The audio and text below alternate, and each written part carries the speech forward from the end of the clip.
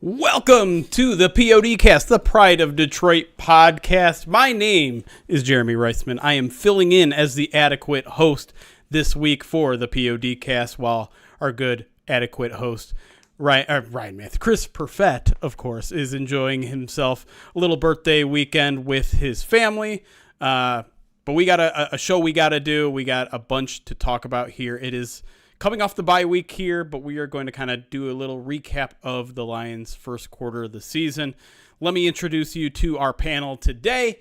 First of all, you know him. You love him. He's the senior editor of Pride of Detroit. He has a nickname that I'm not, because Chris isn't here, we're not going to cut to the sound clip, so I'm sorry.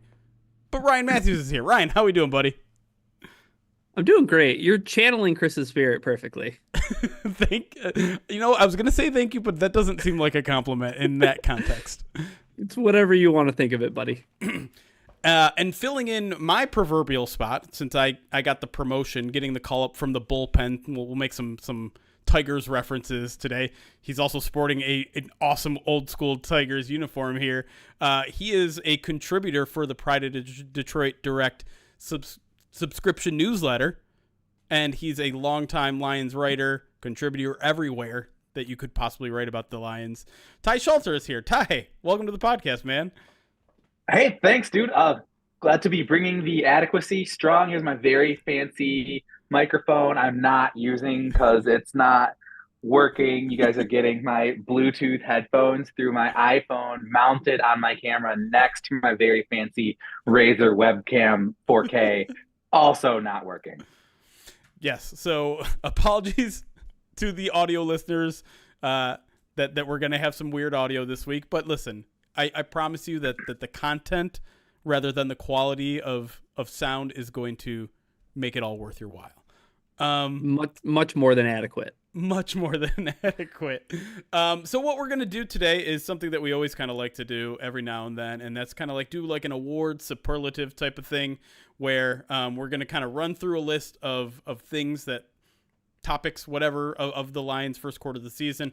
And kind of this first segment is going to be more focused on the Lions. We're going to kind of open things up to the rest of the division, the rest of the NFL in the second segment. But let's start with the Detroit Lions, first quarter of the season. Who has been the biggest positive surprise through the first 4 games of the season? I'll throw to you first, Ryan. Ooh, the biggest positive surprise. I went a little bit back and forth on this, but I think the biggest positive surprise for me is Carlton Davis so far. And the reason I say Carlton Davis is because that guy is just, he has the makeup of a quarterback one in a way that we never really saw with Cam Sutton. And I don't think that's too much revisionist history, but for a guy that, like Cam Sutton coming into last season, that was the question mark, right? Is that he was a number 2 guy in Pittsburgh. Was he ever going against another team's number 1 guy? I know it seems like the bye week, Jeremy, we were talking about, like the Seahawks game was at least 2 seasons ago. But I can still remember how tough Carlton Davis played DK Metcalf.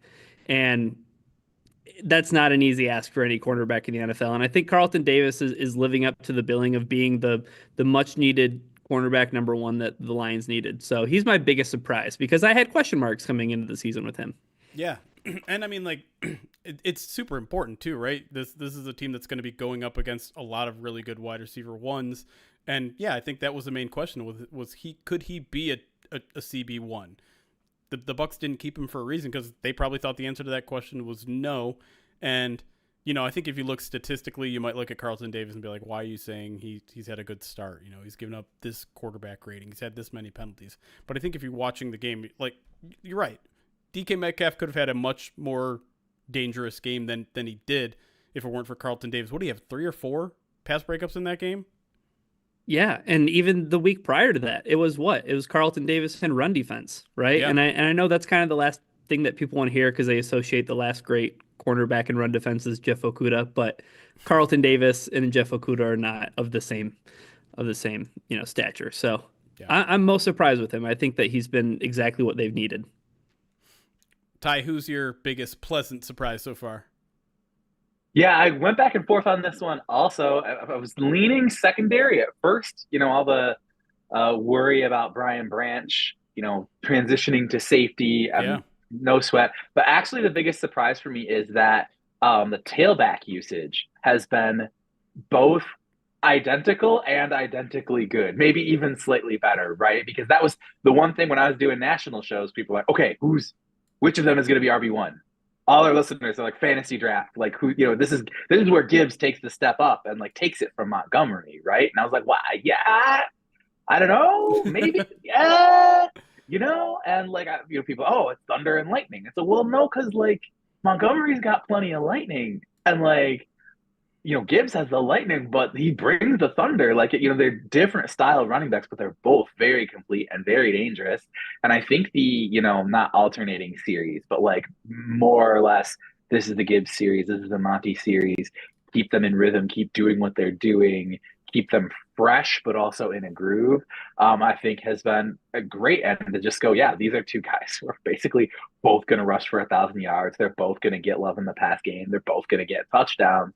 It's like the one thing that I didn't think would happen with that situation is they just re-rack and do almost unprecedented again. Yeah, I mean, I think the Seahawks game is a perfect example of that too. Like if I were to just sit here and tell you one running back had 2 goal line touchdowns, the other running back had a 40-yard reception, you'd be like, oh, Dave Montgomery had the 2 goal line rushes and, right. and right. Gibbs had the 40. Nope, it was the opposite. And you're right. Like that makes them so dangerous out there, because I feel like when you go back to some of the earlier iterations of this Thunder and Lightning combo that they had, you weren't getting the same thing out of DeAndre Swift, right? You weren't getting the in-between right. tackle stuff from right. him. You weren't getting much of anything other than goal line stuff from Jamal Williams.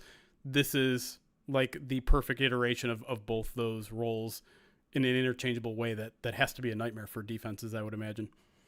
Yeah, and it just creates that like unpredictability, right? Because back during the DeAndre Swift, Jamal Williams, it was very much like, oh, Jamal's in the game, they're running the football. Right. Swift is out there on third down. We know what's happening. Right. I'm gonna take the real chalk answer here and just say Levi Onwuzurike. Biggest pleasant surprise. Like, we all had buried this guy as, if he can even play 5 games, that's a win.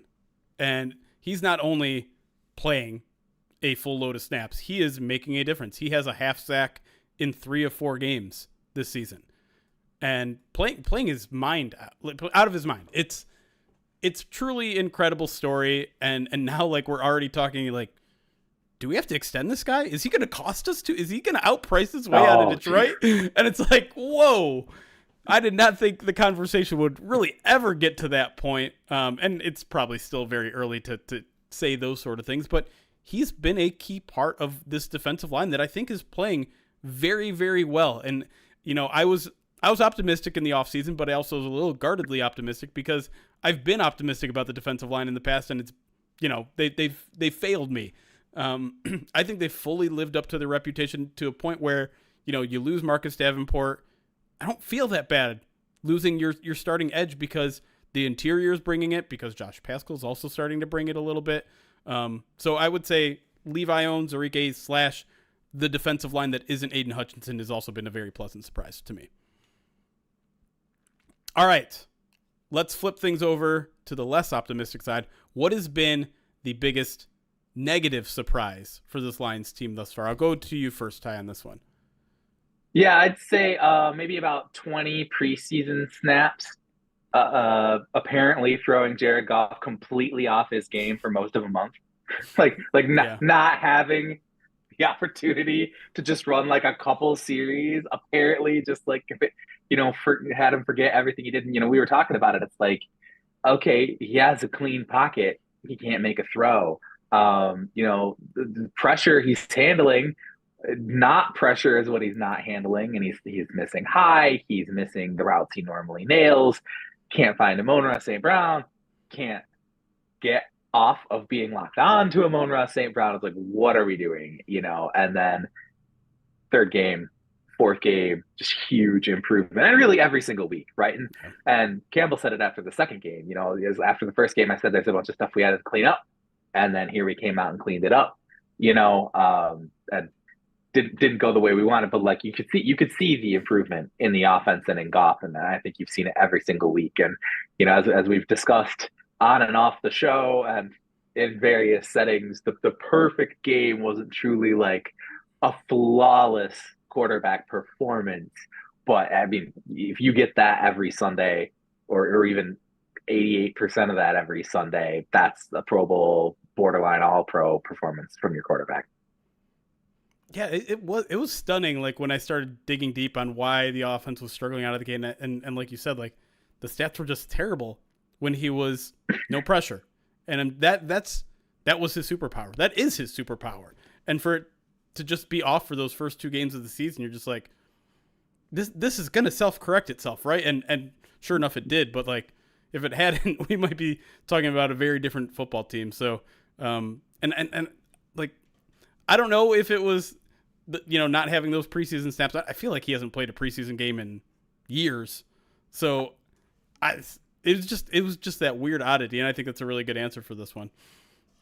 I think the thing that made it even more weird was that he threw the ball 50 plus times in week 2, and it was like, sure, can we figure it out? Like, we can figure it out, right? Like, it's gonna be okay. It's like, geez, Louise, yeah, that's a good answer. My answer was going to be the offense's slow start. Yeah. To the season. That would have been my biggest surprise. But I think I'll go in another way, because it's a surprise in the same sense that, to Ty's point about the preseason and the lack of snaps for Jared Goff, I know part of it was due to injury, but the lack of snaps and kind of the slow start for Terry and Arnold, when I think a lot of people were expecting right out of the gate, he doesn't have the CB1 responsibilities. He's not going up against the best guy. They can ease him in. They got some other, big players in the secondary. They've insulated this rookie in a way that he's going to be taken care of. And he's just learning the league. So, like, that's the biggest surprise, is that I didn't think that there was going to be this learning curve in this secondary with Terry and Arnold, with the players around him. I have full faith in the guy. I'm optimistic, and that's even something we're going to talk about later. But, like, I'm very optimistic about his growth and his ability to clean these things up. Yeah. And I think we're already starting to see some of that. I honestly think Seattle was his best game, even regardless of all the flags. I mean, listen, the flags are just what they are, right? If you were watching, what game was it this week? It was the Jets game. It was the Jets-Vikings game. Like, Sauce Gardner is getting flagged like crazy in that game. That's just, it's how the game's getting officiated right now, and it's obviously costly, right? Spot fouls, pass interference, as much as I want them to be just a 15-yard penalty, they're spot fouls. They're costly, but every corner is getting called from these days, and I'm not sure what the answer is, but Arnold's aren't, as everyone has said at this point, it's kind of a tired narrative, but it's true. He's in the right place. He just has to make the plays with his hands on the ball, not on the player. And yeah, I think it's trending in that direction. My biggest negative surprise, and I don't want to get too down on the guy or anything like that, but it's just a surprise to me, the fact that Jack Campbell is not playing 100% of the snaps. I thought going into this year, that was his job. Like, everyone had defined roles, right? Like, you had Derrick Barnes as a Sam, you had Alex Anzalone at the will, you have Jack Campbell at the mic. It looked like it was going to be that way all during training camp, all during preseason, even though they didn't play that much in the preseason. And you come out and it's like, oh no, here's a lot of Malcolm Rodriguez. He's going to get 30%. And maybe I shouldn't be that surprised. We know how much they love that linebacker room, from 1 to now it's like 10 guys deep if you include the the practice squad. But like, even last week, like, Derrick Barnes is gone. Like, okay, well, now certainly now we're going to see 100% of Jack Campbell, and he goes out there and he plays 68% of the snaps.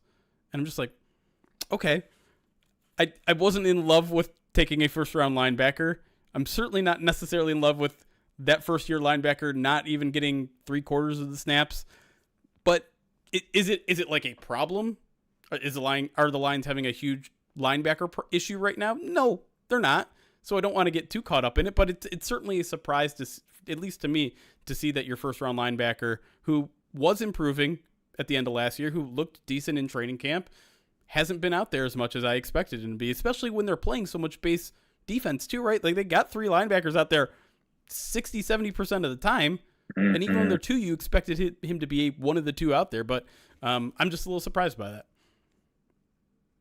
Yeah, because the concern last year, right, Jeremy, was like, oh, his ability in coverage Like that's something that isn't quite there yet. And it's like, oh, you don't want him to be conceding snaps in that respect. So I totally understand it. How many linebackers if you count Hogan Hatton? Oh my God. I've lost count. I mean, Okay. They added 2 more today. It's crazy. Yeah. It's they love their linebackers. In a league that says linebackers are not valuable, the Lions are like, no. Y'all don't know what we're talking about. Bloodbath. That's right. All right. I feel like there might be some overlap with this one that we may have already talked about, but most improved player. We'll go right back to you, Ryan. Man, most improved player. It's Jameson Williams, right?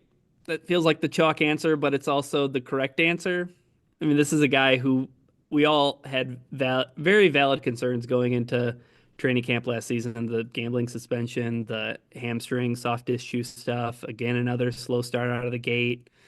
But the NFC Championship game, I saw what happened on that field, and I had a feeling that Jameson Williams was going to come ready to play this season. And I almost want to give him this award, Jeremy, for most improved player and most improved person too, with the way that Brad Holmes and Ray Agnew are talking about him and Dan Campbell. It's just one of my favorite stories about the Lions this season.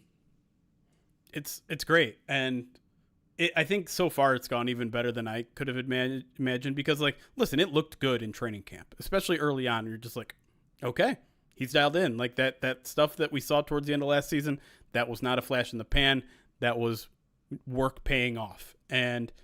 But there were also times towards the end of camp where you're just like, okay, there's still a little bit of that, like, I don't know, you and Goff aren't always on the same page, and it looks kind of ugly at times. And we've seen that a little bit scattered across the regular season, like here and there. You know, there's a deep shot where GMO's at the middle of the screen and the ball's out of bounds, and you're just like, what happened there? But it's so much, it's fewer and it's far between, and it really looks like it's starting to click with everybody. And the fact that he's scoring 70-yard touchdowns that aren't 9 routes, right? They're these crossing routes. I mean, that to me is so much more pleasurable, so much more satisfying than just a deep route where he's just outrunning a dude vertically. And so the routes are more varied. He's more consistent, and listen, he leads the team in receiving yards right now. I wouldn't have been able to guess that. It's pretty cool. Pretty cool. Ty, is he your answer as well? I mean, yeah, it is. It's the same thing. It's the chalk answer. It's the correct answer. I'm probably, I think, the least surprised of the three of us. I think I was the most ready to believe. Pardon me.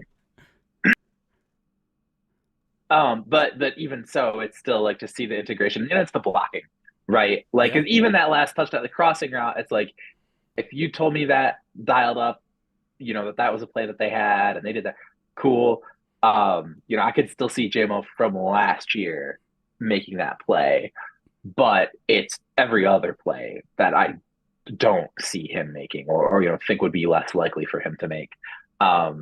So yeah, he's got to be most improved. And my backup answer though might be Aiden Hutchinson.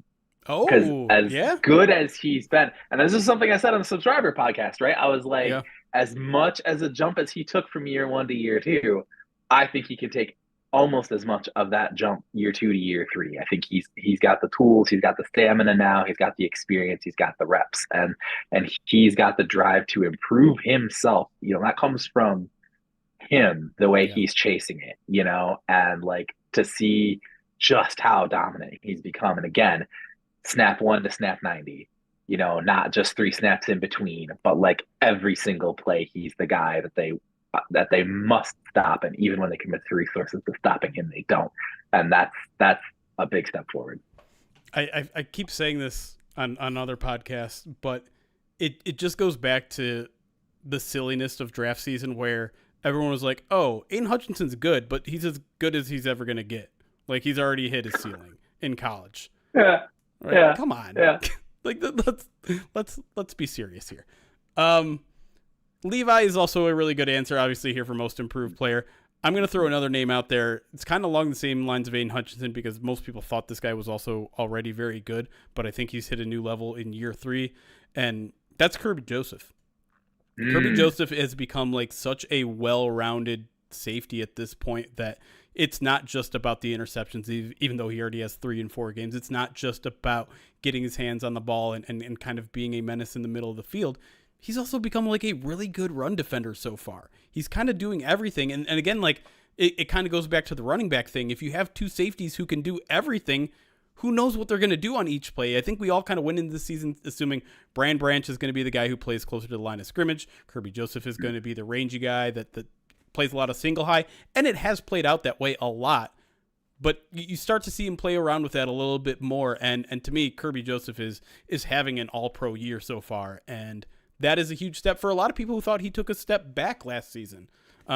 So I'm really excited about that. The safety play in general is also kind of a pleasant surprise for me, because as you mentioned before, like Brian Branch, are you going to work at safety? And when he's healthy, it has.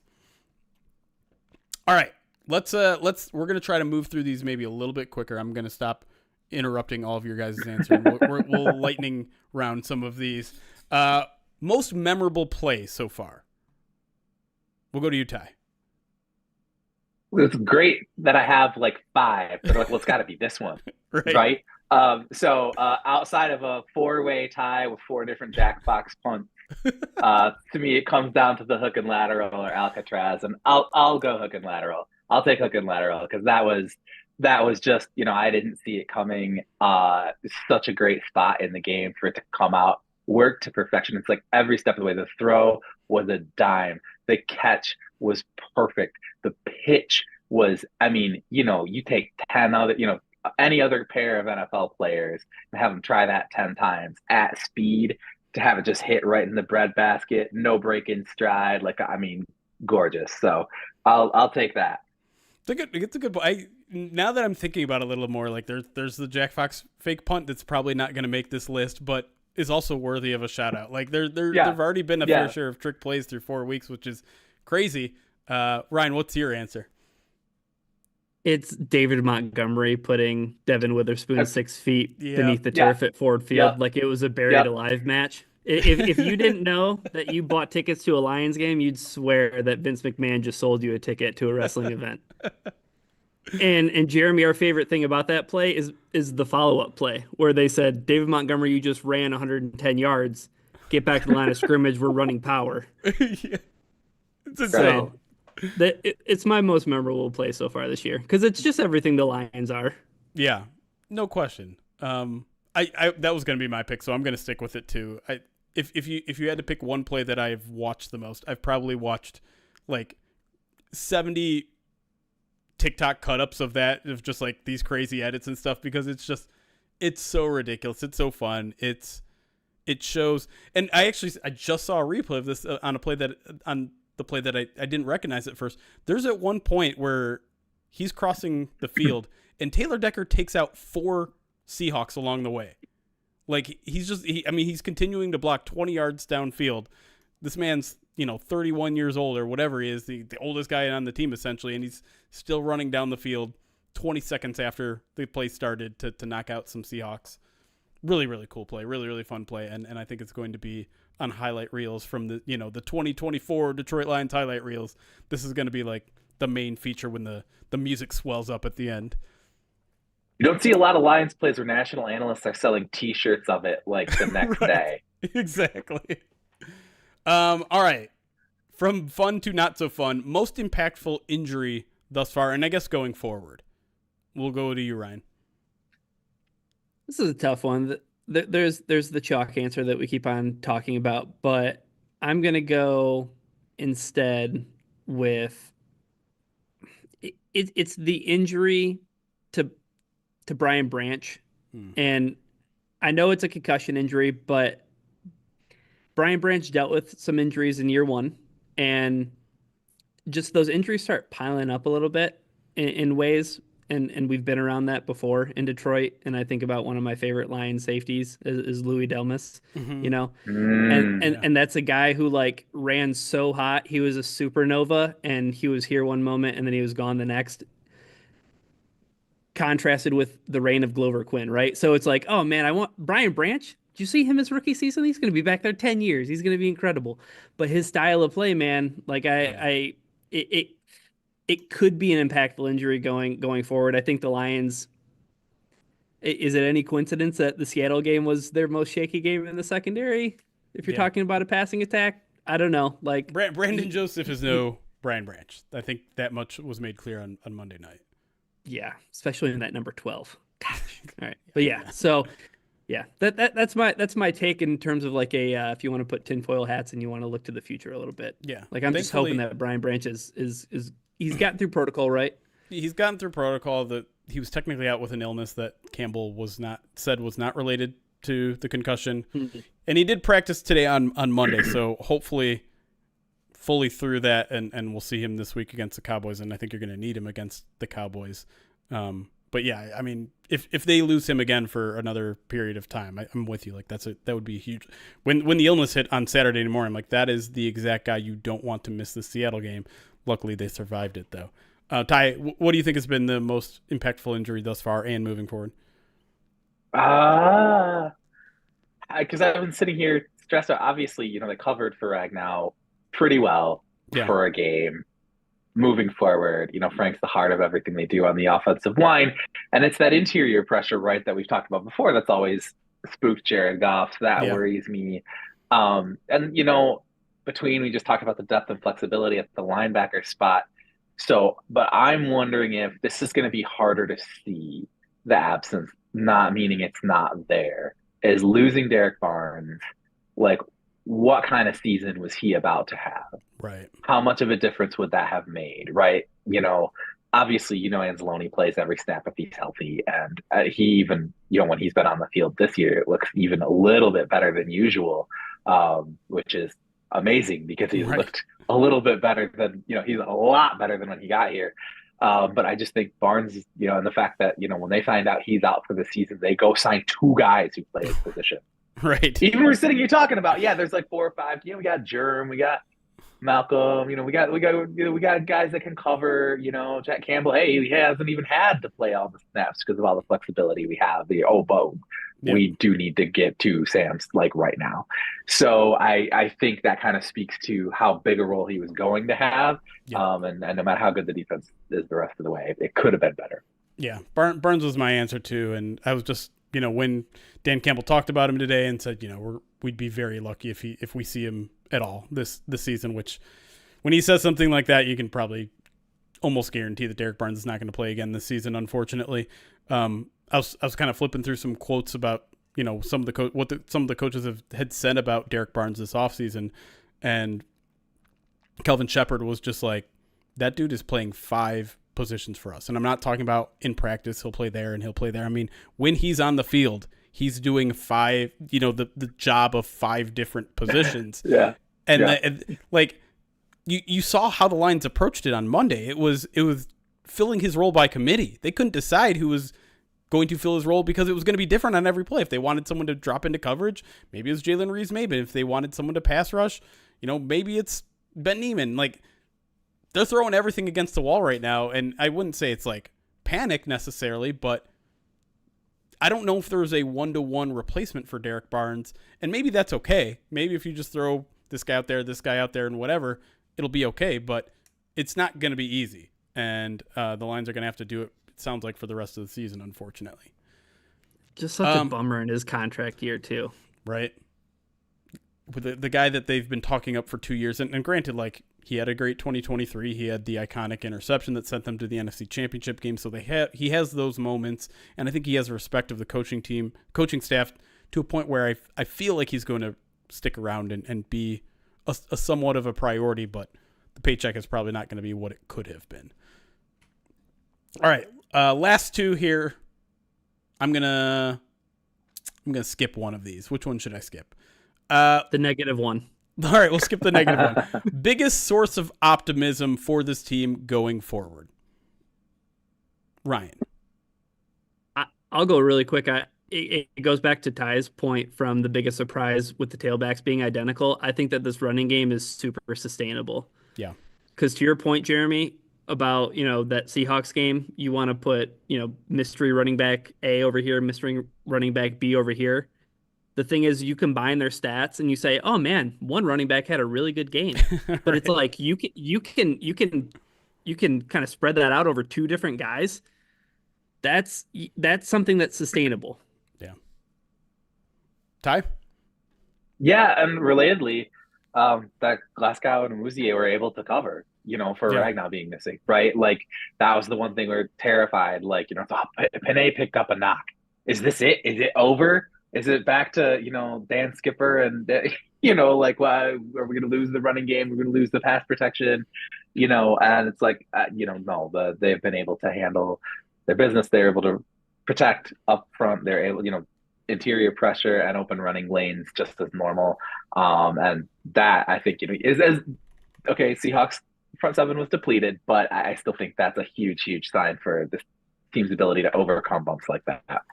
Yeah, I was just gonna say general, like I'm just super confident in this offense all the time. Yeah, like they've been consistent for now 2.5 straight years. That's why I wasn't concerned after the first couple games when it wasn't necessarily clicking.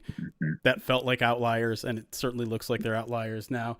But I will say, I'll give you one on defense since we didn't bring defense into this. Did you guys know that the Detroit Lions have the second best team pass rush grade according to PFF? Second best, only behind the Pittsburgh Steelers.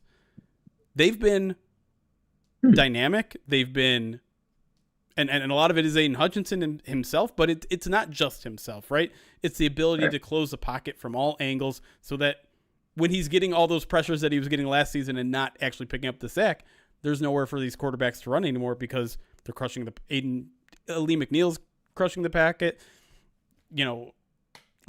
Josh Paschal. Like I think Josh Paschal has enough to do the role that Marcus Davenport was doing, and so I'm very optimistic about the defensive line in a way that maybe it's just like that pent up, like I've believed in them for so many years now that it's finally coming to fruition. I'm going to grab onto this optimism and not let it go. But the results I think speak for themselves. Like if they didn't run into like these wild and crazy quarterback performance, Matthew Stafford in week 1 and Geno Smith in week 4, they'd probably have 5 or 6 more sacks, and their defensive stats overall would look phenomenal. They still look pretty good, particularly. I mean, it's not just PFF. If you want to look at pass rush win rate and things like that, the Lions' pass rush is legit, and that could take them to places where they didn't get last year. All right. Was that the last one? No, one more. Who has been the Detroit Lions MVP through 4 games? Ryan. David Montgomery. I love David Montgomery. No explanation. He's my answer too, to be honest. And I think some of it is almost symbolic more than actual like play on the field. Like he just epitomizes what this team is all about, right? He's physical. He gives you explosive plays maybe when you're not expecting it, but he will grind you down. I mean, he single-handedly won the game in overtime in week 1, right? Yeah. That's why he's my answer though, Jeremy, is because whenever you hear people at the water cooler talk about like, oh man, the Lions need to get back to this, or the Lions, that play was so Detroit Lions. It's always like they need to get back to running the football, or, oh, that last drive against the Rams. It's exactly who the Detroit Lions are. It's like you keep on talking about David Montgomery. What has become of us, Ryan? We are talking about the most valuable player, and I just picked a running back as the most valuable player. Hi, people can change. Ty, is he your answer, or did you have someone else in mind? Oh, well, I was just gonna say Hutch again. I think especially defensively, it's like okay, yeah, we lose Marcus Davenport, plug in Josh Paschal. Okay. You lose Aiden Hutchinson, you plug in Josh Paschal. That's not right. That's not a 1-for-1. You feel that loss. He's stirring the drink, but I think you're absolutely right that you can see even the technique and where the lanes he's rushing from, and the lanes the rest of them are rushing from. Last year I think a lot of times they were selling out to get pressure, right? And this time it's like we are keeping contained and collapsing that pocket. And I think it's made a world of difference. And you take him away, you take a ton away. All right, we are going to head to a break. Before we do, the Pride of Detroit podcast is brought to you by Righteous Felon Craft Jerky. It's the jerky that fuels Pride of Detroit and your Detroit Lions. Each 2-ounce bag, like the one I am currently holding, has 16 to 20 grams of protein. This one has 20. Like trying to center the 20 grams of protein, 140 calories. That is a protein-packed snack. And trust me, if it's good enough for the Lions, it's good enough for you. Righteous Felon is based in Westchester, Pennsylvania. They use locally sourced, all-natural Black Angus beef and prides itself on unique, superior flavors, superior quality, revolutionary branding. I got myself some habanero Escobar. It's delicious. Ooh. Yeah.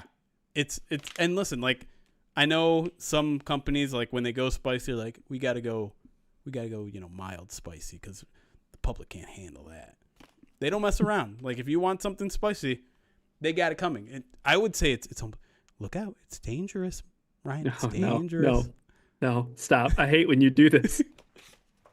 He's the third string quarterback in Pittsburgh. Maybe they have him in Westchester, Pennsylvania. Well, if you're into this, if you're feeling dangerous, guess what? You can get 15% off using the code POD15 at checkout. Go to righteousfelon.com, POD15. When we come back, we are going to talk more kind of these awards, whatever you call them, but we're going to expand it to the NFC North, expand it to the NFL, and talk about how it relates to the Detroit Lions when we get back here on the PODcast. We'll be right back.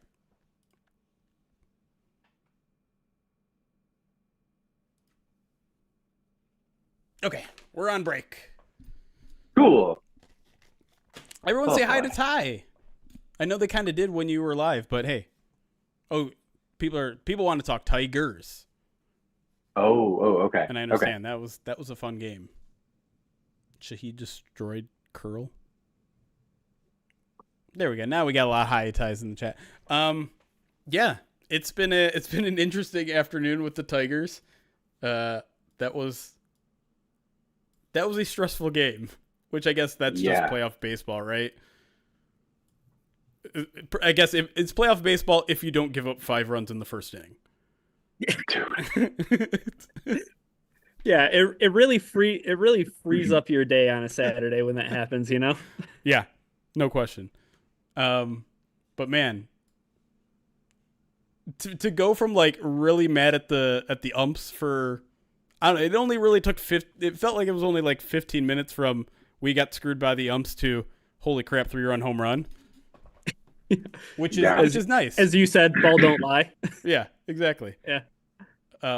Even if like I have not seen a definitive angle that ball hit the ground. I feel pretty confident it hit the ground, but I did not see anything definitive. Can we get Dan Dickerson like some compression or something, or because like it feels like all these amazing calls we're getting this postseason, he's just clipping the tar out of that mic every time. It's like you guys know, who you hired, right? Like you know who's making these calls. This is playoff baseball. Like if you peg it up to like 9 out of 10 at his normal voice, he's gonna be. You know what I mean? Like yeah. Who's working the boards there? Come on. We need Chris Perfett. We need Chris to go over there and start audio engineering Tigers games. All right, we'll talk more Tigers and maybe answer some of your questions or talk about whatever the heck we want to talk about for a little bit. But let me get through a bunch of Twitch alerts and YouTube alerts and all that sort of stuff real quick. Thank you for the follow, SV65. Krolik, thank you for the 41 months subscribed on Twitch. Says, Mock Draft Monday with Eric? Absolutely not. Maybe in 5 months. Terra DC, thank you for the 18 months subscribed. Wizard 70, 43 months subscribed. Texas Wolverine, 29 months subscribed. Says Hutch has been the best Lions defender probably of my lifetime, with all due respect to Sue and Spielman. Ooh, that's an interesting. He hasn't quite reached there for me, but like, I feel like he's probably starting to enter that conversation, right? If he's a defensive player of the year, have the Lions ever had a defensive player of the year? I don't think Sue ever won it. No, he was defensive rookie of the year, but I don't think. Right. Yeah. I mean, just getting it one time probably puts him in that conversation of best Detroit Lions defender of all time in year 3.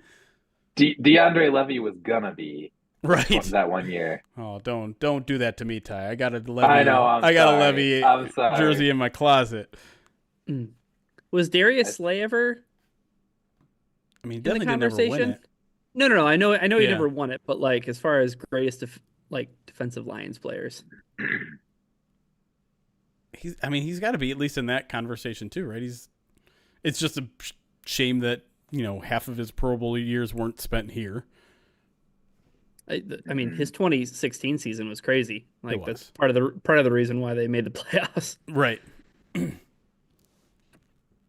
Yeah, I don't know if anyone has ever really come close. Obviously, the Lions have a few defenders in their history that were in that conversation, but I don't think anyone's ever won Defensive Player of the Year. And so, is Aiden still the odds-on favorite after Week 5? I can fact check that for you while you continue with alerts. Okay, sounds good. Sweaty Doofus with the 25 months says, "Can I get an award for Sweatiest Doofus?" Sure. You win. Sweatiest Doofus with 25 months. Subscribe to our channel. Internet says no Lions have ever won since 1971 inception. There you go. Monkey81 with the 19 months subscribed to the channel. Appreciate you. Steel Line 21 months says, "Can Monty be any tougher? Resign that man ASAP. You guys are great. Go Lions." Appreciate that. Yeah, and he's still got one more year, right? Was it 3 years? 21? 3 years, 24? 18. I'm thinking of Swift. He was 324, I think. Yeah, he was. Yeah, that's crazy. That's cool. If Xavier McKinney takes Defensive Player of the Year, I'm going to lose my mind. Yeah, He's not even close. Can we just write in Xavier McKinney and Kirby Joseph as like your safety all pros right now? Yeah.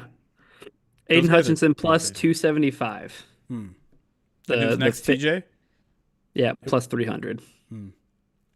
Yeah.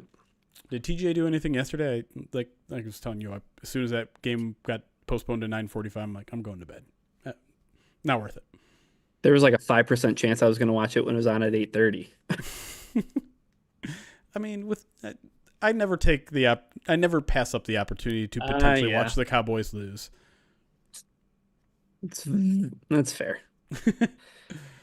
Joshua Mercer, 50 months subscribed to the channel. Appreciate you, buddy. Nick the Greek, 100 bits says Matt Patricia's sticky, sloppy flapjack bosoms. Another 100 bits. Matt Patricia is no longer exceptional, but still by normal body standards, ample bosom showered in nacho cheese. And Sports Turf Pro, 15 months says been waiting a long time for right now. But that's in quotations. Is that in quotations or is that? No, that's not in quotations. It's just how the new alert box I'm using has it. Oh, is that a lyric? It feels like it's a lyric. Been waiting a long time for right now. It's not like Van Halen right now. That's what I was going to say. Right now. It's your tomorrow. Come on. I'll sing the whole song if you want me to. You got there. Yeah. By the way, I think my contention is, had the award been awarded in 67, 68, or 69, Lem Barney. Probably. Yeah. That's probably the greatest, single season or 2-3 season run of any Lions defender. But, I mean, yeah. It's a good point. Hutch is up there, though. Hutch is up there through 2 seasons and 4 games. That man that there was no defensive player of the year until 1971. Like, we couldn't come up with that award a little bit sooner. Right. What's wild is there was the AP awarded Lem Barney won the AP Defensive Rookie of the Year in 67, but there was no non-rookie Defensive Player of the Year. So non-rookie defenders don't matter? Okay. Apparently. I don't. They're all one and the same out there, just playing your defense. We're still trying to figure out how to throw this football down the field. Back then, Ryan, we weren't giving out participation trophies to everybody, okay? Oh, see? Yep. Now you give I it understand. to the rookies and make them feel good, but then once you're in the league after that, it's like the award is the game itself. Sounds like Thanksgiving.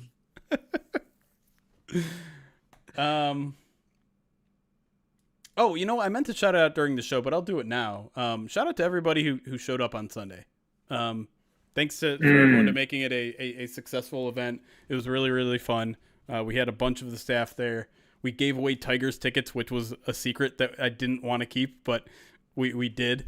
It was successful. My mom randomly showed up, flew in from Florida to be there, which was weird and fun and all of the above. And it was just really cool to meet some of you guys out there. And because it was because of the setting and because there were so many staff there to handle all of the duties, like I was able to pretty much talk with every single person there, which was awesome. I wanted to show my appreciation for everybody. And I know SB Nation was really happy with how things played out. Shout out to Gina Thomas, who was there, who drove from Atlanta to be there. Which is drove? Insane. She drove from Atlanta, 2-day travel to be there. And so, she was there holding down, making sure everything was running smoothly. She's always been in Pride of Detroit's corner in every possible way. So shout out to her. I'm hoping she's at Atlanta by now because, man, that's crazy commitment. And anyways, it was just really fun. I think they're really happy with it. I know we want to do more and might have the opportunity to do more in the not so distant future. And so this was a good baseline of like figuring out, okay, if we're going to give something away, but we don't announce it, what kind of numbers can we do? If we only give people a week's worth notice, what kind of numbers can we do? And then, kind of change up the variables next time and see like, okay, what if we announce a month in advance? What if we announce that we're giving away playoff baseball tickets? All that sort of stuff. So, we'll see. All I know is it was a really good baseline. I was really happy with it and had a lot of fun. If we have playoff baseball tickets to give away at the considered time frame, it's going to be very good news for everyone involved. That's right. I think. Very true. Very true.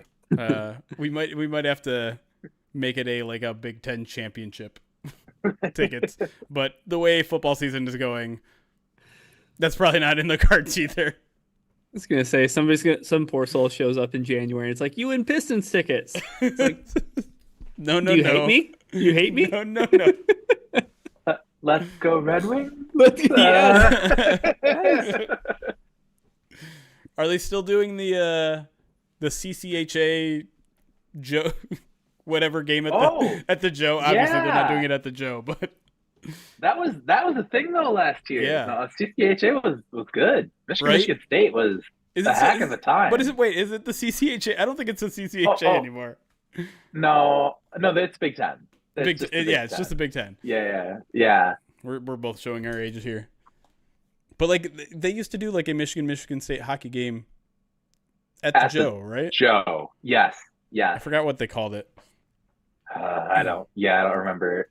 Because then they did the Cold War. Right. Yeah. Yeah. Anyways, we need obviously now October in the D has taken over. It's taken April in the D over completely. Yeah. We need we need a little bit more excitement in December. We need December in the D. But I guess the lines are enough, right? Oh, yeah. And by that, you mean we need a new music video, right? With Sam Richardson. Is Detroit on Netflix yet? I know it's happening sometime in October. I don't think it is now. Maybe next week? I'm not going to be very productive next week then.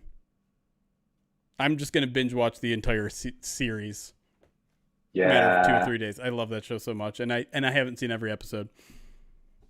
Oh no, people are saying Will Harris got a non-contact injury. I just wrote about Will Harris and how it was cool to see him become a full-time starting safety again. That sucks. That does suck. Hopefully he's all right. October 15th for Detroiters, Jeremy. Okay. Week from tomorrow. Love that. Got hockey starting at the end of the week or end of last week, as you told me that the NHL actually had a regular season game at the end of last week, but everyone else starts later this week because reasons. Imagine a league having regular season and preseason games happening concurrently. They're trying everything. They're trying everything. Except for sane things. Oh, yeah, that. If you want one example of like, how does this guy still have his job? It's Gary Bettman. And it's like, like, I understand the thing is that, the owners think he's doing a great job, right? Like the whatever qualifications the owners have for our league commissioner, clearly Gary Bettman is checking those boxes. But it's like, so what are the boxes? Is it shrink the game, reduce the revenue, alienate hardcore fans, desperately appeal to cities and fan bases that have no interest? We swear Atlanta can work, Ty. Oh my god. I don't know. I mean, okay, they got Winnipeg a team again, but like that's just righting the wrong, from however long ago. Just the degrading stuff that they put themselves through at the end of the Phoenix thing there. It's just like, come on, guys. That was brutal. Like, what are we doing? How is this a major league sport? How is this a major league? I don't know.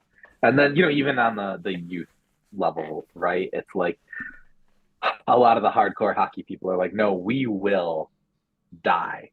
We would rather see nobody ever play hockey than expand the sport out beyond people who were born on skates. And it's like, okay, well, okay, have fun with that then. We're just a bunch of scorned hockey fans. Honestly, that was the hardest thing about doing this full time, right? Yeah. And especially at a national level, because I mean, covering the Lions full time didn't necessarily tie up my January's and February's for a while there. Exactly. But like covering it's kind of like, hey, and it keeps creeping. It's like when the Super Bowl's in the middle of February. It's like, okay, so hey guys, what happened? Red Wings gonna make the playoffs? No, not for all right. 15 years. See you next year. About this time. Yeah. End of February. We'll yeah. Okay. Thanks. Is that how you are like Puxatawny Phil, Ty? You just like 100%. Show up a little bit like, wings good? No? All right, I'll go back until Tigers opening day. And I mean, I was living and dying with the Wings, for 20 years. And just, with the Lions, and then it was like, well. Travis Kelce just pulled off another lateral, by the way. And I could tell as soon as he caught it that he was going to lateral it. And it didn't look like it was a playing lateral. On a 3rd and 22, and they got 21 yards on it. Anyways. And now they're going for it. Hey. Lions started another trend. Yeah, that's what I was about to say. Yeah. Yeah. Like 3rd down is you got two down still. Yeah, that's doubly copying the Lions. It's doing the lateral that the Lions started a trend of, because Seattle did it right back to them. Like, if you want to talk about like most forgotten plays in what I think was an instant classic game, that lateral that Seattle pulled on a 3rd and 16 was awesome. Oh yeah, but it was like the 10th most impressive play in that game because you had, Alex Anzalone and Kenneth Walker working on their wrestling moves together. Oh yeah. Yeah, dude. Yeah, there's that. I mean, and there are so many plays that like Gino made to make throws where like DK was an incredible catch, and it's like, oh, okay, that's really cool too. Yeah. I'm telling you, that game had everything. I still haven't actually watched it a second time, but I really want to. And a third. It's good. Nick the Greek, 100 bits, says, who wears more eyeliner, Derrick Carr or JD Vance? Not answering that question.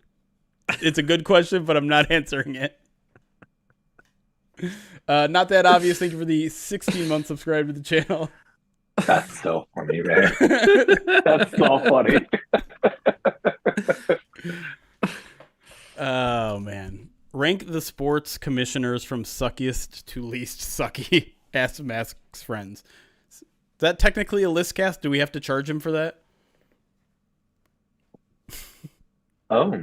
How are we gonna rank these guys? I don't want to rank any of these guys. Do you Like like any of them? Adam Silver wins by default. Like, isn't Manfred like always Manfred hitting the hornet's nest? You know what I mean? Like, yeah. I'll say one. MLS's Don Garber has been just absolutely crapped on by all soccer diehards for forever. And like he's probably too conservative. I can sit here and criticize so many decisions, but like it keeps growing. It's growing so slow, but it keeps growing. It keeps almost getting there. And Messi has been a huge change. Setting attendance and basically they're setting attendance and rating records every single year over year, and have been for forever. And like you go, okay, like I quibble with many things, and I think you could have gotten here 8 years ago. Probably should have gotten here 8 years ago, but you did get here. And again, let's track that with what's going on in the NHL. They're like, no, you're doing a good job. Yeah. I think we can probably all agree Goodell's the worst. Not good. I'm sorry. Bettman is the worst. I don't know why I said Goodell. Yeah. Bettman is the worst. Yeah. I actually don't hate Goodell. Like there are definitely a ton of questionable decisions coming from the NFL, especially when it comes to player safety. And I don't love the international games. I don't love the 18 games. I don't love the where every single decision seems to be, the Christmas games. And some of that is honestly selfishly because I don't want to work on Christmas. I work enough during a lot of the other holidays that taking another one away from me is not ideal. Yeah. But all of his things have been like successful business decisions, which is kind of his job. Right? Yeah. Yeah. I think that there's so many things lingering from the maybe a fair characterization of it would be a less than consistent enforcement of suspensions among players for different reasons. Very fair. Yeah, the whole wind up from we are taking player discipline under control. We are not just suspending guys when they get, arrested or jailed, all the way out to like, okay, now we have like our whole own separate justice system of I make up a punishment, then you appeal, then I decide whether your appeal of me works, then I do a second thing, then we take it to arbitration, we come all the way back around to now. It's just kind of like, yeah, I mean, if somebody goes to jail, we'll suspend him. It's like you can't do all that. I will say, I think the biggest thing is because of the owners, right? Every once in a while you see the CBA negotiations or, like during the George Floyd stuff, some of the, you get a little bit of hint of what the owners actually think. And you go, man, Goodell is Hodor. Like, we do not want the 32 people in charge of these teams talking into hot mics and making decisions. The fact that he is doing that for them and taking some of that heat and then still making positive changes where he can. I think maybe the next thing is Jim Trotter clowning him every single year at the Super Bowl, being like, "Hey, still no black people in the in NFL media in decision making positions that don't affect on-field play. What's up with that?" And getting a mealy-mouthed answer. And it's like, I think there's still a lot of very fair criticism that can be leveled right at him because he's making those hires. Bob McNair is not staffing the league office specifically one by one. He is. Yeah. And some of like the on-air decisions they're making too with NFL Network. NFL Network has been really on the downswing the last few years, and it just seems so silly to call out like financial reasons for some of these layoffs. It's just like, You're the NFL. Stop it. No one is buying that. You're firing very talented people that people adore. It's crazy. Even as you get all these rights deals, I will say that NFL Pro this year is like the most pleasant surprise since Game Pass, right? Since the introduction of you can pay us money for all 22, and it was great that first year, and was significantly worse every single year, worse and slower and less reliable and often poorly indexed and not always available, and the stats were terrible and the play-by-play didn't sync up, and it's like, you guys are still taking my money. Right, like you're still charging me for this product, and you're simply not delivering it. And then this year, we just roll out of bed and say, "Hey, we have all the advanced that we got CPOE, we got pass rush, we've got formation. I can break this down by defensive package, like who's in nickel, who's in dime, what, and then click on it, and then the video comes up, and click on the video, and the stats comes up. Like, what were you guys?" working hammer and tongs on this for the last 5 years and simply not doing any fixes or updates to the old Game Pass product the entire time. It's insane. I went from saying like, yeah, NFL Plus is cool, but I probably wouldn't recommend it to anybody, to like, if you're a football junkie, NFL Plus is now an absolute must because of just NFL Pro. It gets you access to NFL Pro. Like right before we went live, I was just like, man, I don't remember Parker Hesse playing at all against Seattle. And Ryan's like, oh, it looks like he played 7 plays. I'm like, all right, let me go watch all of them. And I do it in a second because all I have to do is click week 4, type in Parker Hesse's name, and all of the plays are right there. It's like, oh, look at the block that Parker Hesse made on that wham block on the David Montgomery touchdown. That's cool. Yeah, right. So, I mean, we play around with NFL Pro a little bit during our midweek mailbags. It's kind of become a weekly tradition now that me and Eric just watch a play and kind of break down what we see on it. Definitely recommend it. It's, what is it, 80? Is it 80 or $100 now for a year? I think it's one or the other. Yeah, it was $89.99 maybe. There you go. 100% worth it if you're someone that's interested in advanced statistics, if you're interested in watching film, if you have the time to do any of those things. It's super cool. And if you follow me on Twitter, I've been one of the biggest critics of Game Pass or NFL Plus or whatever they've been calling it for the past 5 years. It's fantastic now. It's really, really good.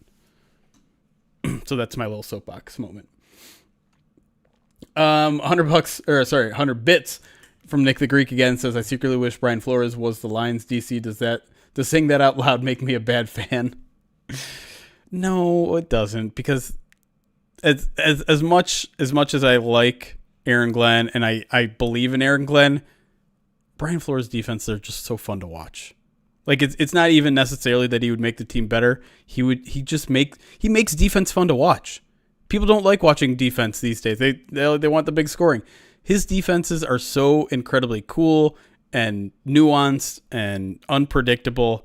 And you see week after week him putting veteran quarterbacks in mind prison. They don't know what the hell's going on. And it's crazy to see, like Aaron Rodgers, a guy who doesn't turn the ball over ever. He goes immediately to his hot read, which is exactly what the Vikings want, and right into a Vikings defender and throws a pick six to Van Ginkel. Like, if you're able to do that to Aaron frickin' Rodgers, as much as I don't like the guy, he is one of the most cerebral, careful players. He threw 3 interceptions, right? Yeah, and the game-ending one, too. And the game-ending one. I don't know, man. Like, if there's one criticism of him, on-field criticism that overrides all the others, it's that he's like pathologically interception avoidant, right, often to the detriment of the team. Right. Like, he will turn down plays that are on the table because he doesn't want to risk an interception, and you got him to throw 3. Yeah. Like, that's, I think someone pointed out the stat that popped up after this, said like that's his first multi-interception game since, and now obviously he missed a bunch of all of 2023, but it was last time he played the Lions at home, I think, when Kirby had 2. Kirby. Yeah. So should have had 3. He should have had 3. Third one called back. Yeah. Yeah, that's right.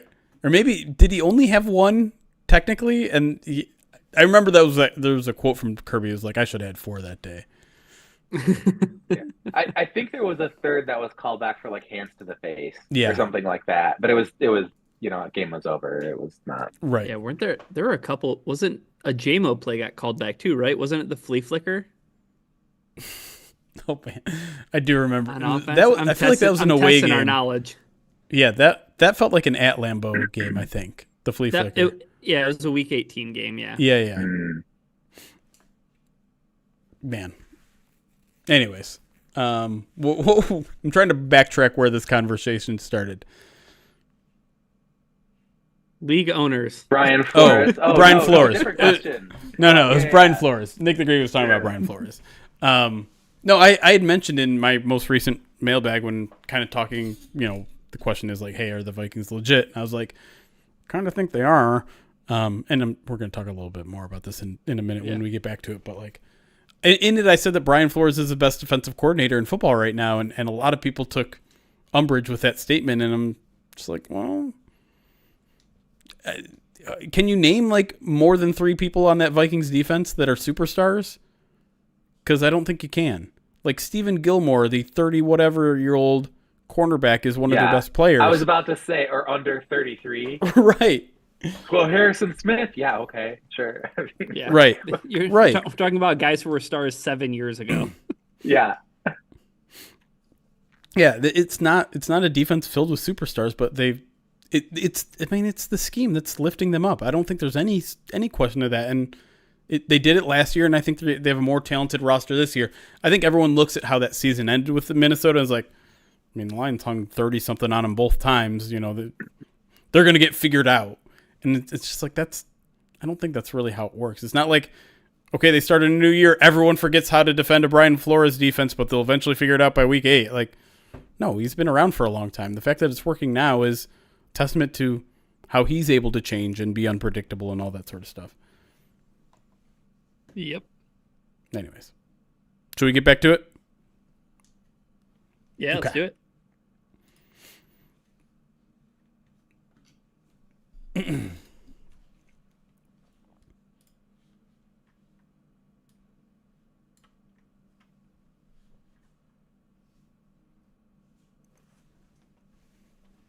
Welcome back to the POD cast post-bye week edition, I guess, as we continue with our awards and superlatives. As I mentioned before, we're going to kind of sprout outside of the lines, talk about the general population of the NFL, and start right here with the NFC.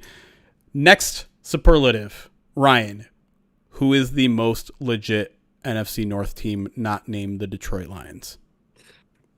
Oh, man. It's the Minnesota Vikings. I promise this isn't just like post-Sunday scaries and watching them win a 5th straight game.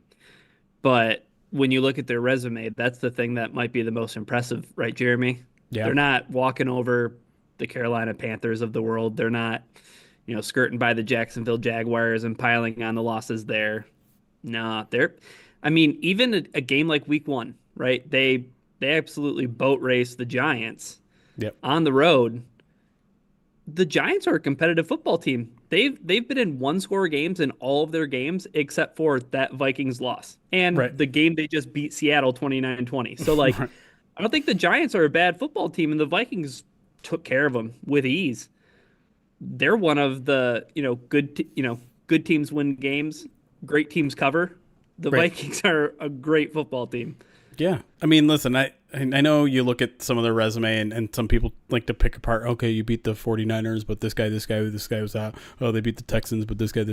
Like you can't dissect that thinly when this is the NFL. And you're talking about a 49ers team. I know they're 2-3, but they've always been a good depth team. They've always been a team that can withstand injuries. And yes, they're kind of at a fever pitch of those things right now, and other teams are beating them. But the Texans are what? They're 4-1, right? Who'd that one loss come to? Minnesota Vikings. Hold on. And it wasn't just a loss. It was a beatdown. Yeah. Yeah. Wire to wire. No chance the Houston Texans were winning that football game. And to me, it's just, it's balance too. It's balance of having, I think, 2 of the best coaches on their respective side of the ball in Kevin O'Connell and in Brian Flores. Like, those guys are doing some crazy things. Like, obviously, being able to resuscitate Sam Darnold's career is incredible, considering he's gone to multiple teams and not played well. Brian Flores is basically doing what he's doing, creating the number one defense in football with a lot of no names, not solely no names, but like. And listen, I have to give it up a little bit to their front office, because when they signed Stephon Gilmore, Lions had to sign his brother and screw up my brain. Stephon Gilmore, I kind of laughed at him. I'm like, what are you guys trying to do with this season? Like, maybe he'll be okay for you because he's 30 whatever, but you guys aren't going to win anything this year. And lo and behold, that defense is great. He's been a big part of it. Xavier McKinney's playing at an all-pro level. Andrew Van Ginkel has two he's pick in sixes. Green Bay. Xavier McKinney is. Oh, you're right. I'm sorry. But Van Ginkel, Harrison Smith has found the fountain of youth. I don't know how they're doing it over there, but it's if you can pull your Lions fandom away, it's actually very fun to watch that defense operate, because it's confusing. We were just talking in the break. He's confusing a veteran like Aaron Rodgers, who doesn't throw interceptions ever, into a 3-interception game. They're legit. They're the line. I'm with you. Like, they're the Lions' biggest threat. And I was the guy this offseason saying they are easily the worst team in the division. I was wrong. Their schedule, not hard. Yeah. Like, they have 3 straight road games. Guess what? At Jacksonville, at Tennessee, at Chicago. Oh. Dang. They have that 4th place schedule, you know? Yep. Ty, are you on board with the Vikings being the best NFC North team not named the Lions? I have been desperately trying to assemble a case for the Chicago Bears for the past 270 seconds, and it's not happening. I don't have it. It's 100% the Vikings. I said it in the last subscriber column for Pride of Detroit Direct. This is the number one threat. They're the number one threat in the division. They're the number one threat in the NFC. I was jumping the gun a little bit by saying, like, I'm not all the way on board. I don't know that San Francisco is really all that again this year. And I mean, I don't know if they are. If they are. Look at the results yesterday. That bears that out. They're complete. They're balanced. And okay. And I was saying with Jeremy, the folks at the bar yesterday, is there a reality where Sam Coyote Darnold has run off the edge of the cliff, weeks ago, and at some point here in November, he looks down and realizes, and returns to being an 80.3 career passer rating guy. Yeah, there's a possibility, but the way that offense is set up for him to succeed, the talent they have, O'Connell's, got him playing great ball, and Brian Flores is doing a masterful job on the other side of the ball. So they are the number one threat by any metric you want to throw at it. That's just the answer. Jeremy, it makes me wonder how bad Nick Mullins is. But I mean, he was throwing for 400 yards a couple times last season, right? I think it speaks to Kevin O'Connell. But always throwing picks. But throwing too many picks, no question. Yeah. The interesting, and this is just strictly a DVOA thing, and if you're a new listener to the podcast, I'm going to reference DVOA until you're absolutely sick of it, so apologies in advance. But if you look at this Minnesota team, offensively, they're 20th in offensive DVOA. Sam Darnold is leading the 13th best passing attack. Nope, I'm looking at it wrong. 8th best passing attack. 22nd best rushing attack. That makes more sense. But 20th overall. They're not necessarily winning games with their offense. They're winning games with their defense, which rank first overall, first in pass defense, first in run defense. They are a tough team to beat. When Sam Darnold's getting all the attention, and it's really the defense that's absolutely dominating teams and allowing Minnesota to get out to these early leads and kind of cruise for a little bit, right? What's the stat out there? They've trailed in for 2 minutes so far in 5 games or something crazy like that. Yeah. It's because of their defense. They did it in back-to-back weeks. That Texans game, they took their foot off the gas, and then what'd they do? The next week, the won 31-29, but that's all in air quotes. Right. Because what was the score in that? 28-3 or something at some point? Yeah. Shout out Falcons fans, 28-3. Oh boy. All right. Sorry, Gina. All right. Jeez. Maybe this is. It sounds like it's the same answer for Ty, but biggest threat in the NFC. Let's expand it beyond the NFC North. Yeah, no, it Okay. is still the same answer for me. Yep. Still the Vikings for you, Ty. Mm-hmm. Jeremy, who is it for you? Is it the Vikings? It might be. I'm still kind of, and maybe this is just like NFC North flashbacks, but I think the 49ers are going to turn it around. I think they're going to be fine eventually. I think if some of those guys finally get back on the field and they're healthy, they're going to figure it out. This feels like a panic about the Chiefs being 3-2 after 5 weeks that we seem to go through every year, that they're not starting out 5-0 like they are this week. Or I'm jumping the gun. It's Monday Night Football as we're recording this, but I think the 49ers are going to figure it out. I think they're still going to be the team to beat in the conference until they're not, but I can't point to any other team that has a better resume that looks more dangerous right now than the Vikings. And I don't think it's particularly close. Like maybe this is going to be your, like, maybe the Bucks deserve to be part of that conversation because they beat the Lions. They should be 4-1, but they blew it on Thursday Night Football. I think they're going to be a really good team, but I'm not looking at anyone in the NFC East. I mean, Washington's hot right now, but I'm not necessarily scared of a rookie quarterback yet. It's the early NFC, October. Yeah, the NFC West has almost been swept by the Lions already. They just need the 49ers, and like I said, 49ers are a team that I do respect. And then the NFC South is just, no one seems to want to win that division, and maybe that's a sign of how good they are. Maybe it's a sign of how bad they are, but I don't know who's going to win that division outside of knowing that Carolina is not going to win the division. So to me, it's like maybe a 3-team race. Maybe I'm being too dismissive of Washington, but I think it's Detroit, I think it's Minnesota, and I think San Francisco. Those are the 3 teams that I think I would put at the top of the list of contenders for the NFC title. I'm just going to shuffle the Seahawks in there. Like they can be at the Mm-hmm. bottom of the pile, but I think that they belong in there. That's fair. I said in the newsletter, the fact that they played Detroit so close. On the road. I mean, the score line doesn't show that, but it was a close game. It was a hard-fought game. Went tooth and nail, against the Lions offense that was popping off as much as we've ever seen it pop off. Again, in Detroit. And they were in there all the way to the end, which means they could be in there all the way to the end, right? Right. And if their defense can get healthy too, right? Because they've struggled the last 2 weeks defensively, and I think it's probably fair to correlate that at least a little bit to losing as many guys as they have on the defensive front. Because you want to talk about really good defensive coaches. Mike McDonald is right up there, and that was a top 5 defense through the first 3 weeks of the season. So we know they can be dangerous on offense. Once that defense gets healthy, they're a well-balanced team too. Jeremy, you brought up Carolina. You might have seen me make a face while you were talking because I was looking at some advanced stats here, and I sorted by red zone defense. And Carolina has allowed a touchdown on 87.5% of opponents' red zone trips.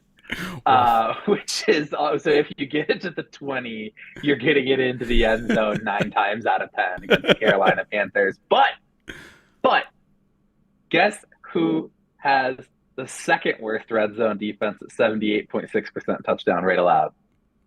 Ooh, I'm excited to find out. I don't know. The Dallas Cowboys. Oh, yeah. There you go. Yeah. So I don't know how that line is -3. Do you think it should be much higher? It'll be -4.5 by the end of the week. We're getting into first bite territory already here. Cowboys fans, I mean, if you know traffic, right? If you know web traffic, if you can get the Cowboys fans crying out loud. For the listener, Ty just dropped his phone, which is his recorder. Great. Hello. That's my ceiling. Amazing. That's fine. Speaking of ceiling. Hey. The ceiling of the Cowboys? There we go. Not very high. Not very high. Are you afraid? While we wait for Ty to get it together here, are you afraid of any of those NFC North teams that aren't Washington? Or is Washington a team that you are taking seriously yet? For the NFC East? East, yeah. I said Northeast. I don't think so. I do think that there's something to the Giants being competitive, though. I think there's.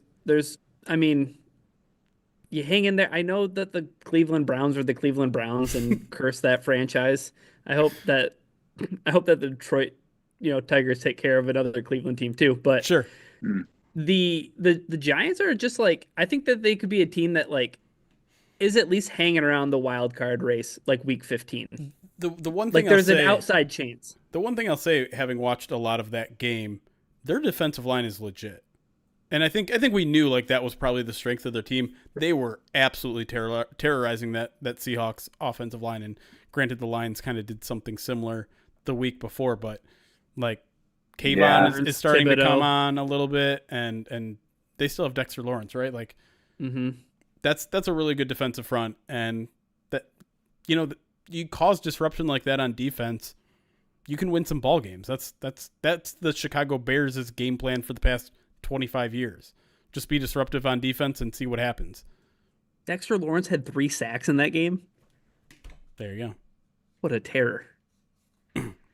Ty, did you have a point that before your phone went in tumble mode? I forgot where we were.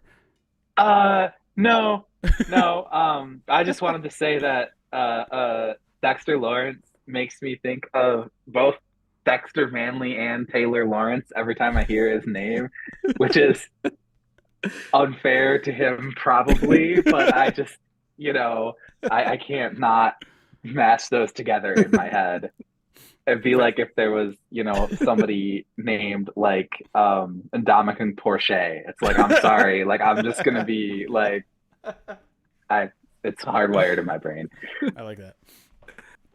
All right. Checkmable. You know what it's about. Absolutely.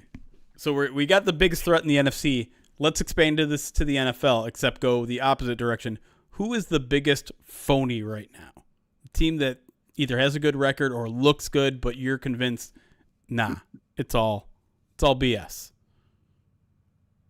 This is a tricky one. I don't have a direct answer right away, so I'm just going to throw it to whoever has an answer right now. And I kind of threw this question out there because I know a lot of Lions fans think the answer is the Vikings. I'm not with them there. No. And I don't even want to say, and this is one of the things is like, what's phony of what? Like phony versus whose expectations, right? I think Washington is going to keep, trying to score 40 plus and trying to hold teams to 39 minus. I don't think that's sustainable over the course of a 17-week season, but I think they're going to keep doing it about as often as not. And, you start 4-1, you're going to be in the mix, they're not going to win fewer than 7 games. Or even 8 or 9, it's probably 8-9 win team. I don't think anybody thought the Cowboys were legit. Right. 3-2, that's where I have them. Buffalo's the biggest. They're 3-2. These are flawed teams. I guess I would say it's probably Buffalo, just because every single year I think they get worse instead of better. Even as Josh Allen gets better instead of worse. Yeah. And you're looking at a Miami team that cannot do anything without Tua. Jets, being rather Jetsy. Aaron Rodgers aside, the Pats are just fully in rebuilding mode, and it's like, yeah, cool. They got one game on the Dolphins, 3-2, 2-3, 2-3, 1-4. And it's like we've been saying for 3, 4, 5 years. Doesn't matter how good you are in the AFC because there's the Chiefs, the Ravens, the Bills. At best, you're 4th best. I don't think you can put the Bills in that conversation anymore. So I guess Bills. I don't hate that answer because they got out. They were 3-1 before this past week, and people were like, "Oh, they're back." But I think you're right. You look at that roster, and it's just like that's not what it used to be. There's no reason for them to be good, and it does feel like a little bit of a house of cards. And lo and behold, they lose this past week to fall to 3-2. So, Ryan, do you have a good answer for this one? I think the Atlanta Falcons are big fat phonies. Okay, Ooh. yeah, interesting. Yeah. I don't think that they match up to the eye test. Like Kirk Cousins and 500 and something passing yards against the Tampa Bay Buccaneers on Thursday seems something that isn't going to happen week to week. Yeah. And I, I'm kind of basing this on my friend kind of going through a bit of a fantasy football crisis by putting Bijan Robinson on his trade block and thinking, I can't believe I didn't take your advice on the golf course when you said, I don't know, man, Jahmyr Gibbs going to be pretty good too. He's just not going to get as many touches. Do they have a run game that is sustainable? I know that they have guys, but do they have a passing defense to match up with it? I know they have names. I know they have Jesse Bates and I know they have AJ Terrell, but they're starting Mike Hughes at cornerback. That Mike Hughes. The Mike Hughes Yeah, you know. that Mike Hughes. The Mike Hughes that you know. Like I don't know. Like I think that there's something to them being phonies. I think that's a decent answer, although I will say they've beaten the Saints, they've beaten the Buccaneers, and they have the Panthers next week. They have a chance for an early 3-0 start in the division. A really good shot for a 3-0 start in the division. And even if you're not phonies or not, even if you are a phony or you're not, like, that is a great start to win your division. It is. I guess I'm just speaking from the standpoint of they make it to the playoffs. It wouldn't surprise me if they got punked like the Eagles got punked in round one because they run into a really bad matchup. That's fair. I'm going to cheat a little bit here because I don't think anyone thinks they're good, but they're 3-2, so I'm going to say they qualify, and I'm going to stay in the division. The Bears are phony. Like let's not get too excited, Chicago. I know we're Caleb Williams had a really good game. Oh, lo and behold, it happens against one of the worst teams in football. Let's not overlook that potentially. But I mean, you look at their wins: 1-3 Titans, 1-4 Rams, 1-4 Panthers. Wow, what a resume, guys. Meanwhile, you lose to the Colts, you lose to the Texans. I'm curious to see what happens this week. That they travel to London, I believe, to play the Jaguars. Listen, I'm never going to shame a fan for getting excited about a rookie quarterback because you should, right? Any positive thing that happens, of course you're going to get excited about it. But the hype for Caleb Williams after, I saw some split of like his first 10 quarters of the season versus last 10 quarters. He's played the Rams, who have the 31st ranked pass defense in DVOA. The Panthers are like 23rd or 24th. It's like, you have to factor that in. It's not necessarily like, oh, he's getting better. No, he's just playing worse defenses. Now, he's made some really good throws. He's made some really good plays. He's made some bad plays mixed in. And to be clear, I think their defense is really good. I think they will continue to get better on offense as the season progresses. But let's pull back the reins a little bit. They're in the toughest division in football. They're, to me now, clearly the worst team in said division. They're not going to make the playoffs this year, so you don't have to worry about your bet, Ryan. Was it you that bet on him, or was it someone? It was someone else who I think put. Oh, it was Eric. Eric put a bet on the Bears not making the playoffs. Yes, that's right. That's right. That'll be safe. They might win 8 games this season, but it's not going to be enough. Relax on the Bears if anyone is scared of them, or if Bears fans are starting to talk crap. They'll shut up pretty soon. All right. On the other end of the spectrum, who is a team that is currently under 500 that you think is most likely to turn things around?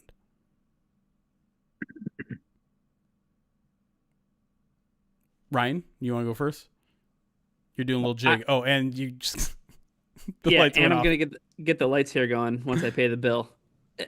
It seems like an easy answer to say the Cincinnati Bengals because it's like they have to get it together at some point, right? Like being 1-4, they've played in too good of football games. I mean, they lost a heartbreaker to Baltimore that they were winning and up by multiple scores in. Mm-hmm. I think that's probably my answer. I know they're 1-4, and that's like not a promising start. And I don't know how many 1-4 football teams go on to make the playoffs. Not too many of them, I'm assuming. And they play in the AFC North, so they have a real uphill battle to climb. But I can see them figuring it out. I think that's fair. I'm not as optimistic about them, partially because of their division. The Browns are obviously not playing well, but the Steelers are playing above expectations. The Ravens are going to be an AFC championship contender. They've dug themselves quite a hole And 0-3 in the conference so far. 0-1 in the division. But I will give you that they have a negative 5-point differential despite being 1-4. They're a better team than their record for sure. I just don't know if they've dug themselves into too big of a hole so far. Yeah. Ty, what's your answer? No, that was my real answer is that. That's my real answer. Okay. I want to believe in the Raiders. I really liked what Antonio Pierce was doing at the end of last year. They were on my kind of like, hey, you know what? If they come out and surprise some people, don't be surprised, right?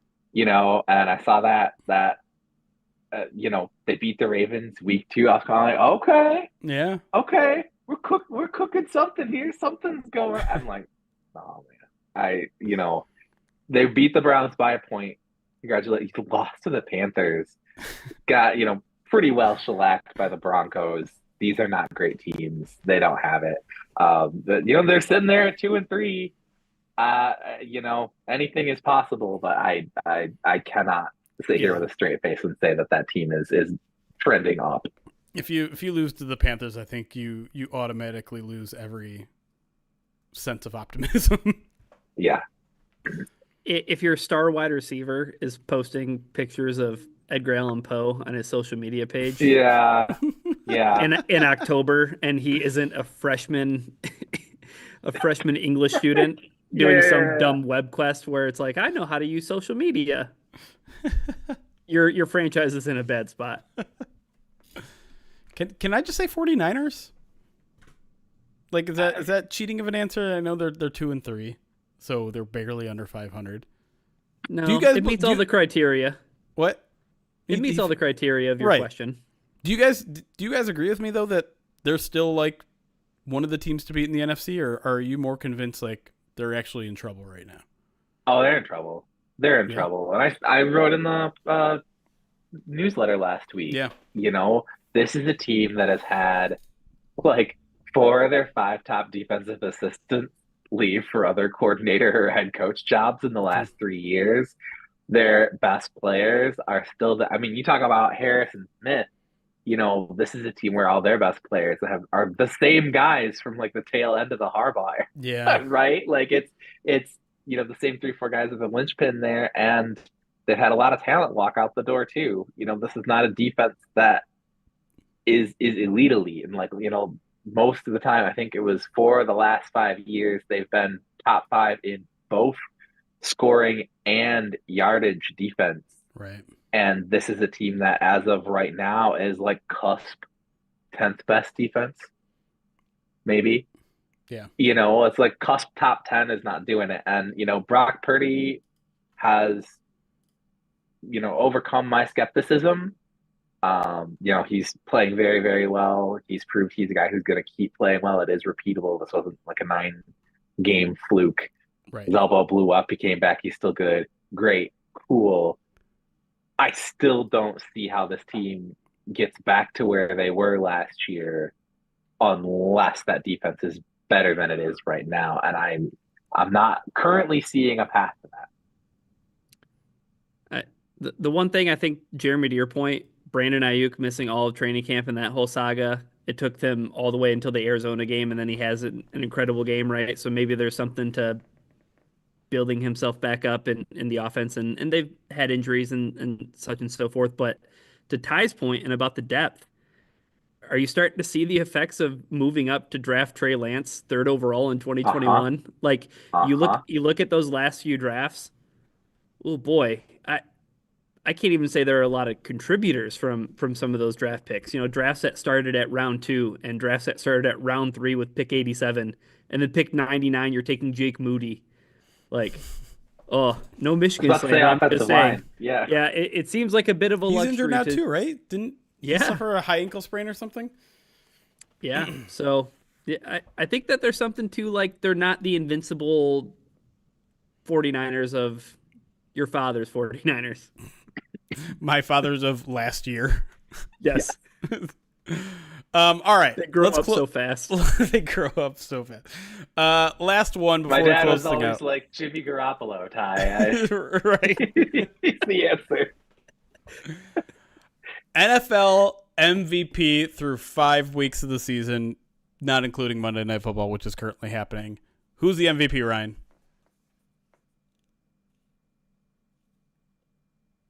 Of the entire league, who's the MVP? Yes. Not just the NFC North. You couldn't make this easier. Nope. I'm going to give it to Derrick Henry because it's the year of the running back. Oh, wow. When's the last time? This isn't the 90s. No, but this isn't Detroit. This isn't the Super Bowl. No, this isn't the 90s. Hey, you're going with the running back. Everybody's running cover too. We're going to see some running backs pop off, right? All right. Derrick Henry right now, he's having an incredible season. True, but who didn't see that coming? Like him joining the Ravens was just like, how? How are we going to allow that to happen? This is like, it's what everybody was saying at the draft, where it's like, oh, you let the Chiefs draft the fastest wide receiver. Right. Why'd you let him go and do that? It's like, why did you let the running back that had the most incredible potential aesthetic by joining the Baltimore Ravens and being in the same backfield and running pistol with Lamar Jackson? Everybody was like, okay, yeah, go ahead, let him do that. Okay. I like the out of the box. Here's the thing. I don't think there is a front runner necessarily. So I do kind of like the out of the box thought there.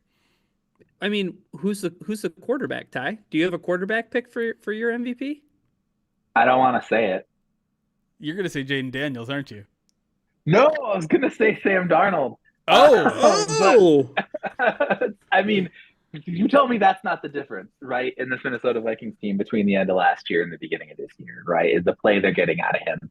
And, we talked about, because it was my thing, I think I know, Jared Goff MVP, right? Because it's like you give it to the quarterback who's playing at least good on the team that's playing the best, right? And you look at that factor, and it's hard not to put him there right now. Obviously, Jaden Daniels has been unbelievable.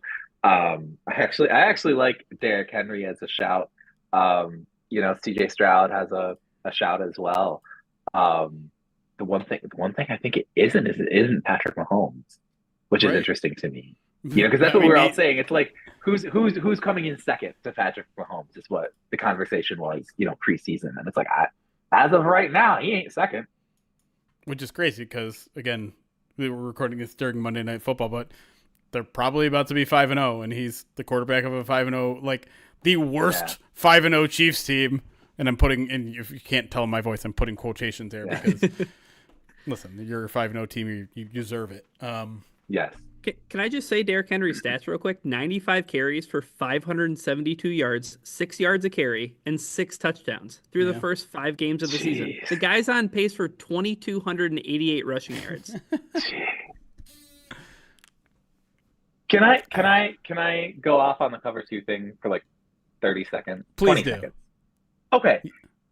Ozzie Newsome is in the owner's box of the Baltimore Ravens and the NFL, the Pro Football Hall of Fame for splitting cover 2 from the tight end possession. That's what, like, you ask him what he did. He's like, that's what I did. I just ran between cover 2 and they threw it to me and nobody covered me. And that was his whole deal. And now we have people getting paid 6 figures or more to go on linear TV and say that they need to ban the cover 2 because there's no answer for it offensively. I am losing my mind. I cannot take it anymore. It's ridiculous. You and I and everybody have been calling cover 2 in Madden since Super Nintendo. This is not new. This is not an unanswerable. Have we blocked out John Gruden saying turkey hole 100 times a game on Monday Night Football? I think we've tried to. What are we doing? We've tried to. Yeah, and that's fair. That's fair. Sorry. I said it. I love that.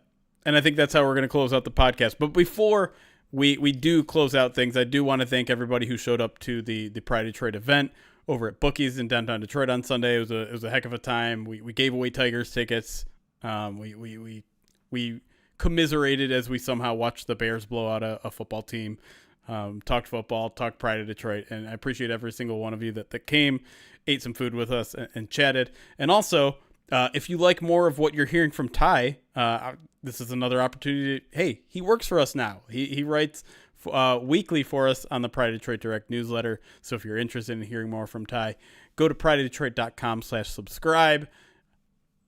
It's a dream come true, honestly, to have him part of the team now, because he's been one of the best Lions writers for decades now, and someone I've always aspired to work close to. And so plenty of good stuff over there. Hey, all three of us are over there, right? If you want First Bite with me and Ryan and a guest, he's over there too. If you want Eric in the picture, we do post-game videos after every single game. Brett Whitefield writes for us. I write a bunch of stuff too. It's a lot of fun. It's really, really good content that I would put up against anybody out there in the Lions blogosphere, wherever you get your Lions stuff. But anyways, until next time, that's Ty over there. That's Ryan over there. Thank you all for listening. Thank you guys for all the support. It's chaos. Be kind. Recording stopped. Okay. We're out, but we're still live. Okay. All right. Okay. Is this game any closer now? I have it on. The Saints are punting.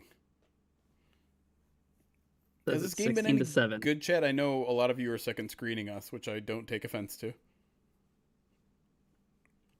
Well, I would, except my second screen is my camera. I just realized I've had the video zoomed in the entire time, and the score bug was there with the score the entire time. It's 16-7, which is an odd score. Yeah. What if that includes an extra point miss? I've been at awe of the news that's coming out about Hurricane Milton. Ugh. Is it not good? Oh no. It's like terrifying. Yeah, I was wondering if my mom was even going to be able to fly home today. Oh yeah. I heard Disney closed. Yeah. It says 180 mile per hour max sustained winds and gusts up to 200 miles an hour. The eye is tiny at nearly 3.8 miles wide. That is actually tiny. nearing the mathematical limit of what Earth's atmosphere over this ocean water can produce. Jeez. Like, there's like meteorologists that are. I saw a video earlier of like somebody getting like choked up about it. They're like, this is what happens when we don't take care of this planet. Well, let's hope once it landfalls, it's much less severe than all that. Because right now it's just in the Gulf, right? Yeah, it's like gonna go through the Yucatan Peninsula pretty soon, I think. Scary. To everyone who's in Florida right now, please be safe, be smart. And it's just like the stuff like just happened. Right. You know what I mean? Like, we're still dealing with the effects of all that. I just shared Like the tweet with you guys in Slack, but jeez. I'm not even entirely sure what that graphic is, but there's a lot of red and there's a lot of lightning, and I don't like it. yeah, right. Wow. Oof. Wow. The upside is, right, if I understood right, it's going to cross basically Florida shortwise, right? Yeah, And then head like back not out. hit it. Yeah. Yeah, and it's not going to like sweep up the coast, head back up to North Carolina or whatever. Oh my gosh. Could you imagine? Oh, dude. Oh, God. I saw something. Maybe I'm getting my hurricanes mixed up, but I saw one that's like, yeah, this is probably going to be able to hold it together to like come back around and get to Europe. Like, oh yeah, like that's crazy. Like the cone gets to like Germany, like if it, to hold that much power. Ugh. When these things move as slow as they do, that is incredible.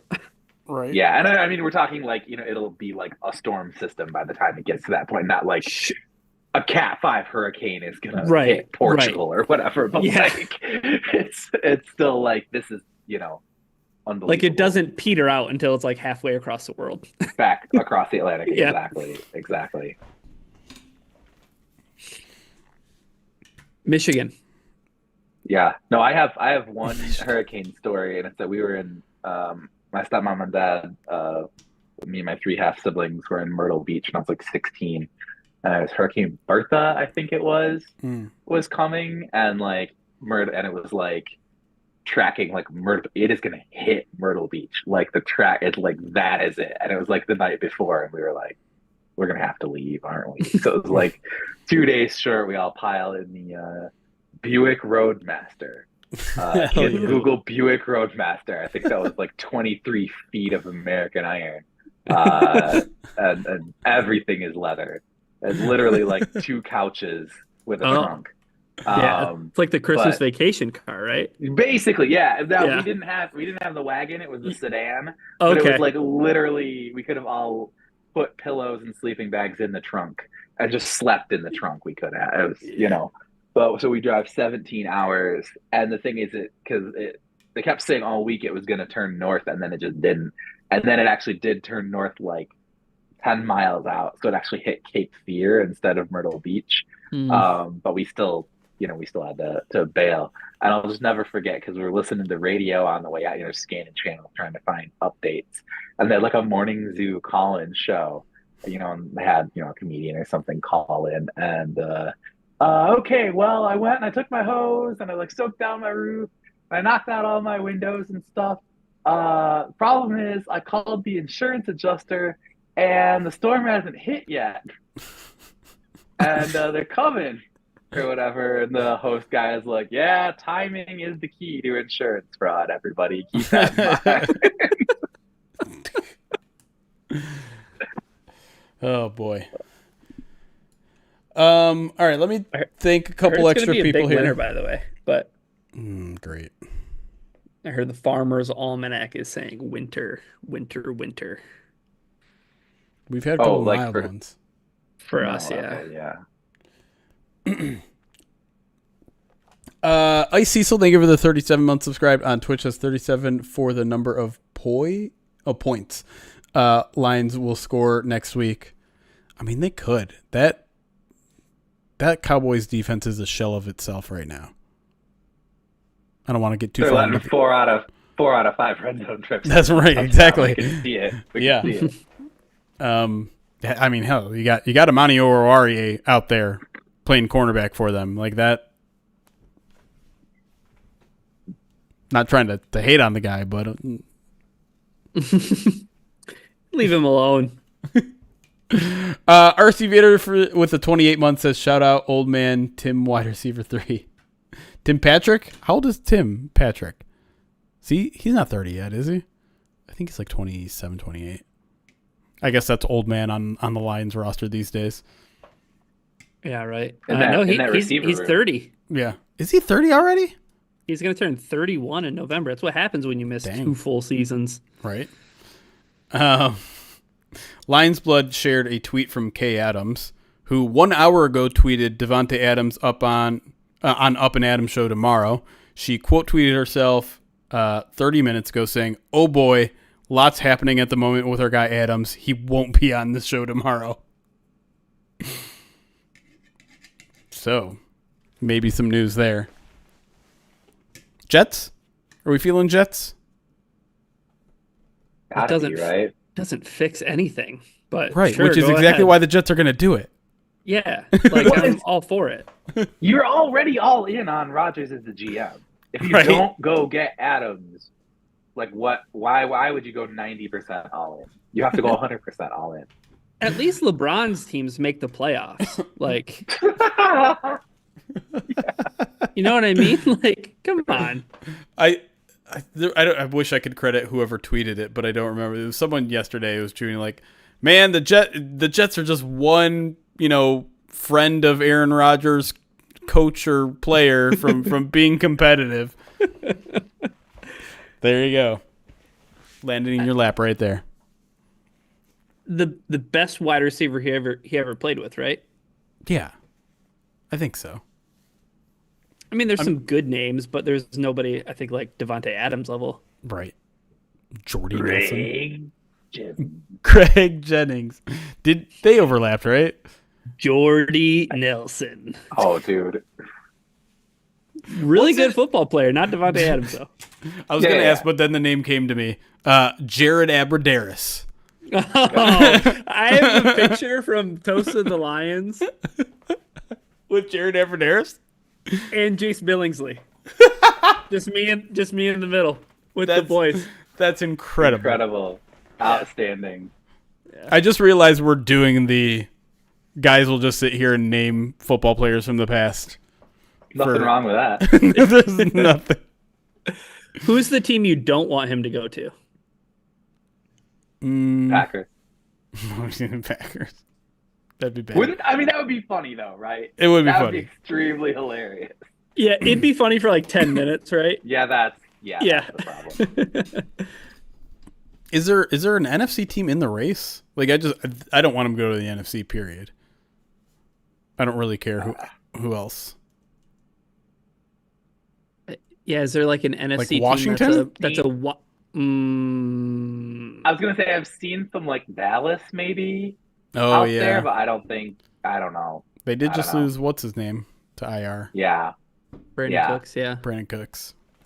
But since Jerry's been so hesitant to spend money, I mean he's They still didn't do anything ultimately in free spending the agency. money. Yeah, He's spending more. He's paying more for the same players by waiting for their market to develop. We got beep beep beep breaking news. no. It's a Well, play. yes, Okay. it was a play. Okay. Mahomes just threw a red zone interception that bounced off of, and it was a fat guy interception at that, where it was a quick slant, and he threw it a little bit behind the receiver, and he bobbled it right into the hands of the defender. I think thick six is one of my favorite football terms. Yeah. Oh, that wasn't even that far behind him. Who is that? Sanders? I don't know who that is. But the big guy touchdown, he ran for a good 30 yards after. More than that. It was a fun play. Love that. Yeah, I heard the Oh, Commanders Smith-Schuster. as an option, Jeremy, and Yeah, I don't love that idea. Yeah, I don't love that idea.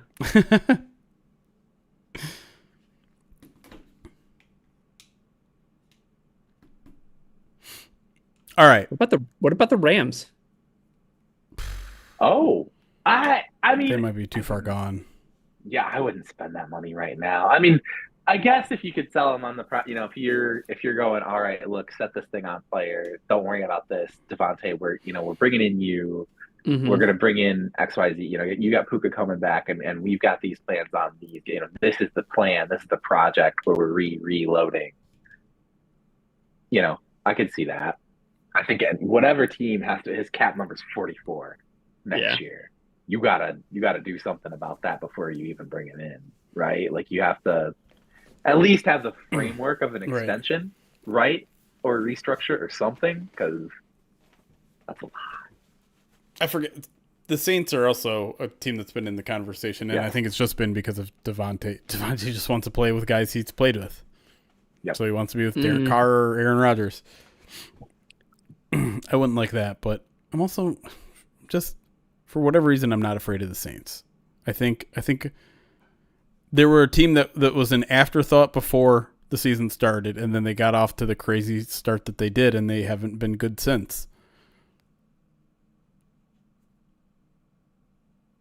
Dude, I completely forgot that he played with Derek Carr because Yeah. it was a year, right? Like Was it only 1 year? Yeah, And they benched him, right? Yeah. and then they 23? Yeah, so 2022 is the only year that they overlapped, and then it was Derek Carr went on to New Orleans after that. Yeah.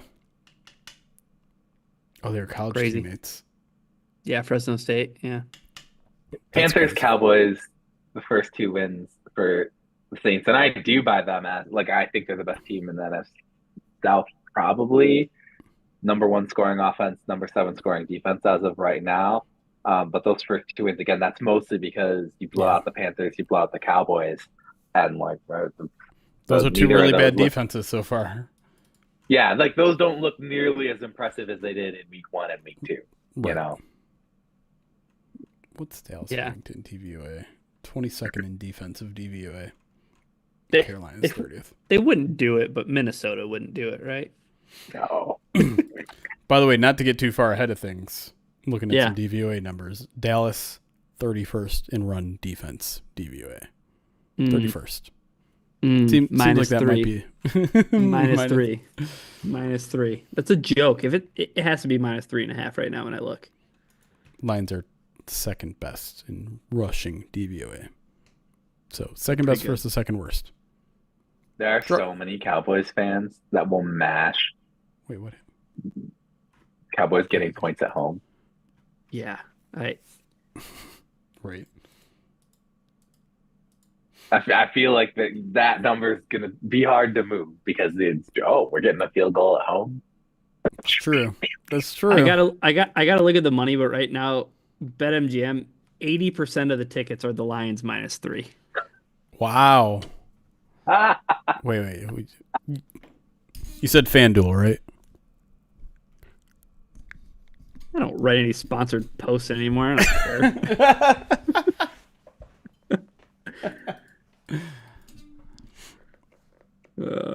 All right. I think it's time to get out of here. Oh, go ahead. Yeah. No, well, if you got one last thing, we can do one last thing, but I think it's about time to get out of here. I was just going to say, I was telling Jeremy on Style Guides back at Bleacher Report, I happened to notice, I don't know if it was a leftover, temporary sponsorship or deal or whatever, but it was just in the Style Guide. Always cite your odds from oddshark.com if you mention the line. And this was, 2012, 2013, 2014, Yeah. so like it was new to even mention the line, but I did. And that got me invites to Team Odds Shark because somehow somebody noticed, dude, this guy always cites us in his, they follow the backlinks or whatever. Right. Yeah. And so for 2 straight years, they flew me out to Vegas and staked me in the Westgate Super Contest. I was on Team Odds Shark, and they threw some wild parties. And, so me and a bunch of other national, Nick Costos, the CBS, all the CBS guys. So Brinson and Prisco and Frank Schwab from Yahoo. Sure. Biggest Fooch did it from SB Nation. David Yeah. So like 10-50 Clay Travis was there. That's where the me in the Kaepernick jersey with standing next to him came from, because that happened, like that popped off that preseason, because it was the last week of preseason that popped off that week. So I was out there and I packed my black Kaepernick jersey because I'm like, this is happening. So we're like on the party bus. And so Ty, like pose, Clay posed for this. It was great. I'll treasure it forever. But yeah, it was just because I cited oddstruck.com as per the Bleacher Report Style Guide. Apparently nobody else followed. And then in 2017 I finished in the money. Back when that was a lot harder to do. So I finished 13th out of almost 1,800 people that year. So that was cool. It was not cool that I went 1-4 on the last weekend, where if I'd gone even 2-3 or 3-2, I would have been into the 6 figures. If I'd gone 3 or 2 or 4-1 that weekend, if I'd gone 5-0, I probably would have finished top 5. I probably would have had $600,000 to $800,000, and that's not what happened. But yeah, so as it was, that's still one. Sometimes I talk to people and people in the betting world. And yeah, cool. I finished in the money in the 2017 Super Contest. They're like, oh, okay. Oh, look out, we got a bet. But Ryan, how does it feel to hear someone else living your dream? I was wide-eyed. Telling that story. I was literally watching you. I'm like, oh my gosh, he's so jealous right now. Because I was working, Vice closed their sports vertical, I think, after that. Yeah. And so they didn't. Oh, so the money line is 91% Lions. No. This is the spread. 91% of the people money betting this game. Or the money being bet on this game. Got it. On the Lions. 61% of the tickets, but 91% of of the handle. Got it. So the money line is 68. Yeah. Go ahead. The closer to that story is the last year they didn't invite me back. and that was the year they got Rodman. So Dennis Rodman was at the suite, was at the party. Oh, And then they like went out to DJ's show in Vegas. So they got the party with Rodman.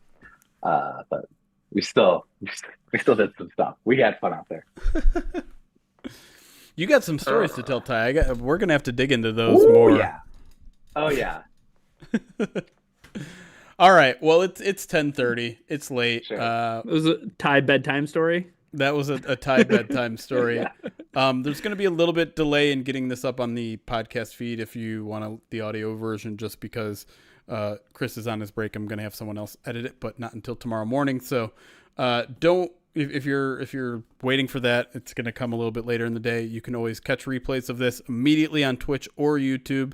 It's available as soon as we're done here. We'll be back with the midweek mailbag, I believe. I want to say either tomorrow night or Wednesday night. We're going to have to switch things around because the Lions move their schedule around this week. And then we'll be back to our normal thing. We'll have a first bite on Pride of Detroit Direct. We'll do the Madden Sim on Saturday. Yeah, we'll do Saturday morning for the Madden Sim. And all of that fun stuff. Anything else to say, fellas, before we get out of here? Just thank you. Of course. Anytime. Ty. Appreciate you coming in on a relatively short notice. So even with all the technical difficulty stuff you went through, it was great having you, bud. My pleasure. And again, apologies to everybody out there. Normally I've got my fancy gear and everything, and it's I look like I actually know what I'm doing. All